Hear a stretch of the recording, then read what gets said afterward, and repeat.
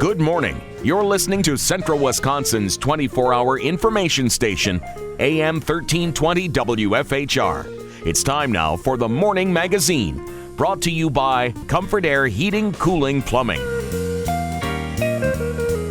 Now, with the Morning Magazine, here's Carl Hilke. Thank you, Jerry, and good morning, everyone, to today's edition of the Morning Magazine on AM 1320 and WFHR.com. We also welcome our friends from RCCA Media. Anyway, the reason they're here is it's time for a Wood County update. Wood County Board Chairman Lance Pliml joins us. And a real interesting one I got a kick out of the other day, and it lends to that, the shoreline zoning, and the growing wolf population we have in the state.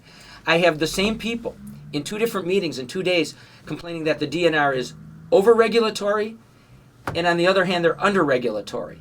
Or they have too much enforcement authority, and they have no enforcement. And I said, it's the same agency, but dealing with different problems. So, my take has always been, and I'm going to relate this to the county, at the county level.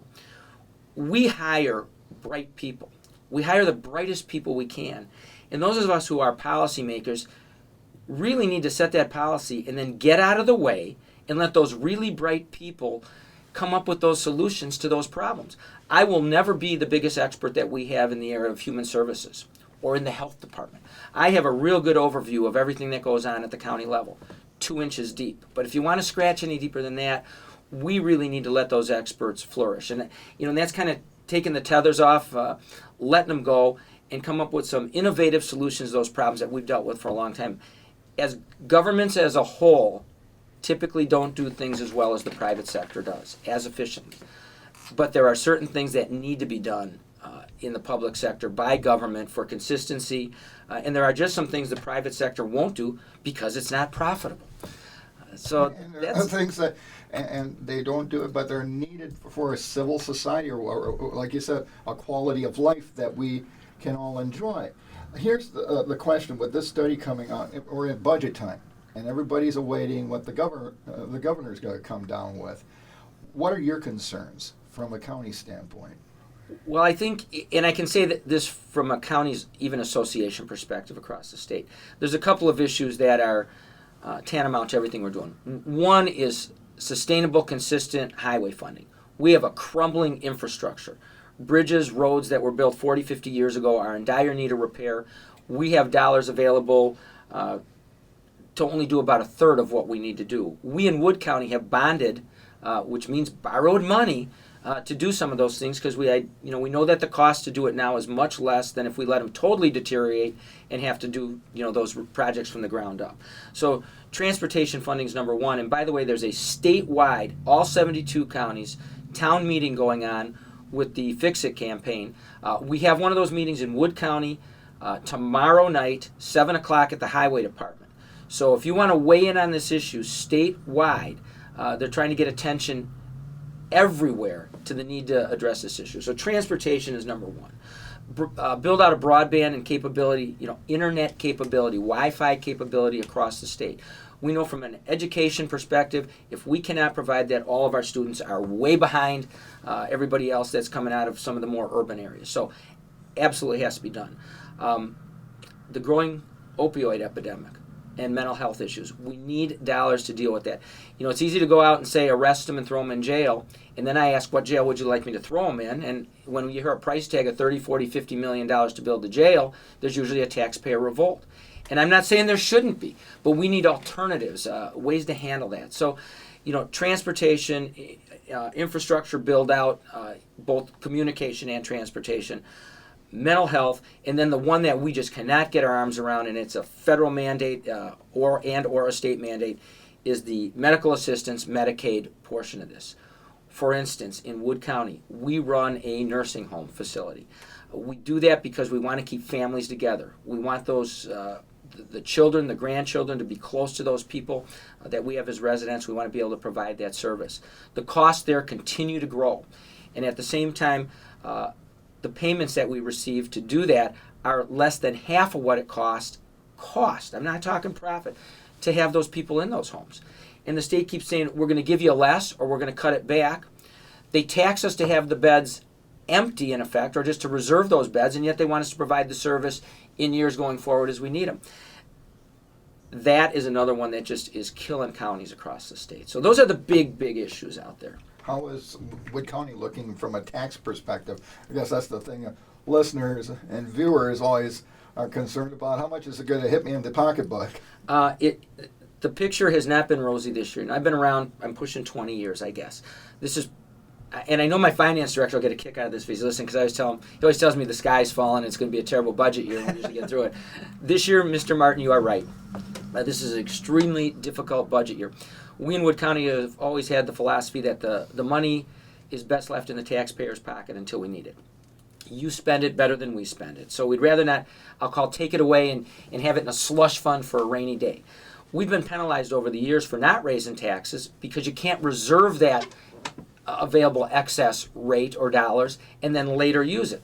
I've gone to the different people in the legislature or the governor's office and said, we need to be able to reserve those dollars, so if we do need something somewhere, we have the ability to go back and tap those. Basically a local rainy day. Yeah, and we don't have that. So, if you can only, if you were allowed years ago to increase your tax rate by 3 or 4 or 5% every year, and you did that, you're probably in pretty good shape. We left those dollars in the taxpayer's pocket. We have a year like this where we actually need those dollars, and it gets tough. So we will see an increase this year, I'm going to guess, in total taxes. It's probably going to equal something on the neighborhood of about $20 on a $100,000 home. I'm put it in simple perspective for everybody. I don't like doing that. What's been the main reason? The things we just talked about. Okay. Some of it is those health services. Some of it comes in public safety. Some of it is to maintain those roads, bridges, and other infrastructure that we have in our community. This year alone, we bonded last year to do some road improvement projects. We're just finishing up County C, and I think we did about 9 miles there. We had County AA, E, and H that we did this year, because we know that the cost to overlay or resurface is often a third, a quarter, or less than the cost to totally rebuild, so we try to fix those when we can. And then just, typical increase in salaries, health insurance costs, medical. You can say, we don't have to provide any additional benefit to an employee, but all you have to do is go to the doctor and see what that cost has been, and it increases constantly. We can't make more widgets in government. We have no source of income other than basically property tax levy. We get a little bit from sales tax and some user fees, but generally it's property taxes. And, I'm a property taxpayer. I'm a pretty large property taxpayer. I don't like seeing any increase. Usually when you have the opportunity to talk to people like we're doing today, Carl, and explain where we're using it or how we're using it, and the story makes sense, the taxpayer says, I reluctantly agree with you, Yeah. but we need to do it. Right now we just have a burgeoning drug problem across the state and a mental illness problem. It's not because we're the hub of anything. It's growing everywhere. In fact, I find it somewhat irritating when I hear that, because we're not, when I compare ourselves to other communities. But nonetheless, to incarcerate people, to put them in, to run them through our court systems, it costs dollars. We're short, I think, 4 district attorneys or assistant DAs in our district attorney's office. The state says we could use 2 to 3 more judges. And then if you do that, although the state pays for the judge, you still have to have support staff, courtroom space. You have to heat and all of those things. So it's going to be a tough one. We'll get through it. We started about $6 million in the hole from the ask. This year we're down to probably about $2 million right now, and we've got about another month to find that $2 million. Are you going to have to make some tough cuts somewhere? The answer is yes, and I don't know that we've determined exactly where those will be. We've identified some areas where we know we need to make some cuts. Can you tell us where those Well, are? yes. First of all, our human service area, which would, that generally, for those in the past, would have been our old unified services and our old social service departments. They account for 40 to 50% of our entire budget. So when you look at how am I going to save money, if I have a 2-person department in the Veterans Service Office or in the Finance Office, there's no real savings there because they don't run any programs. They just provide a service. So there will probably be some reductions. I don't know that we'll totally cut a program, but we're going to probably have to look at 1 to 2% reductions in some of the programs across the state. We'll first look at what we're mandated to provide. That obviously has to happen. Then we'll look at those things that we either provide that isn't mandated, or either provide it at a level that maybe we're providing it at more of a Cadillac level, and we can cut back on that provision slightly. The rest of it is, some of it will be capital outlay. I hate to delay capital outlay projects because at the end of the day they come back to bite you. If you need to replace part of a laundry facility at our mental health facility or at Edgewater, it needs to be done. And if you wait till it breaks, you have a bigger problem because you don't have time to go out and really check the market and get the best bang for your buck. And then there's just general maintenance. Roofs on courthouses, things like that. Those cost dollars. How will this affect, or how could it affect your plans to move to downtown Wisconsin Rapids with a lot of your facilities? That's all been wrapped into that, and we're going to have some upfront initial cost on that. Probably in the neighborhood of $3 million to make that move. But as we go forward and we in effect look at a 10-year payback on that, we're going to be dollars ahead at the end of the day. The initial move costs money, no question. But as we consolidate services, as we don't have employees driving back and forth, as we provide service to the public, and you can walk into, we had services provided through our human service network in 4 different locations. We're going to have them under one roof right now. So if you come in for service, they're all going to be in one building. That saves staff time. It saves on all of those other things we've talked about, utilities, snow plowing, and the rest. But there's going to be a bite this year out of those tax dollars. Will that incentivize a long-term solution?